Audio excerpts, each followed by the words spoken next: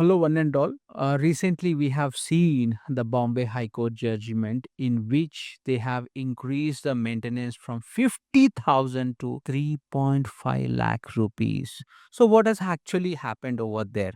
So, ladies and gentlemen, there was a case which was being filed in a trial court in the Pune in Maharashtra state, where the husband has said that he has annual income of only 6 lakhs based upon that criteria of financial ability of the husband. The women has been given the maintenance of 50,000 per month, but subsequently the women has unearthed that he had odd 1,000 crore rupees in his kitty, or in the form of companies, in the form of properties, in the form of business ventures, and among the other things. So the Bombay High Court took the acknowledgement of the same, and they have increased the maintenance from 50,000 to odd 3.5 lakh, as he has concealed the material facts in the trial court.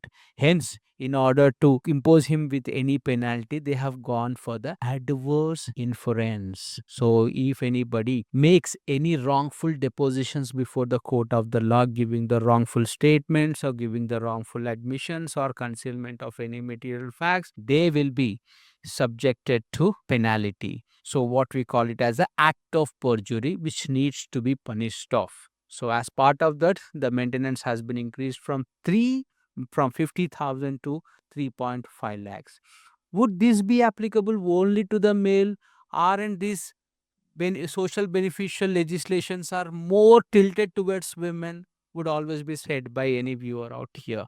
But remember, even if women commits any perjury, if women conceals any of the material facts, like she doesn't have the job, though she's having the job, if you as an husband can unearth those facts, then she will also be subjected to the same ordeal or difficulty of getting any maintenance. So, ladies and gentlemen, with this signing off, thank you. Have a great day indeed.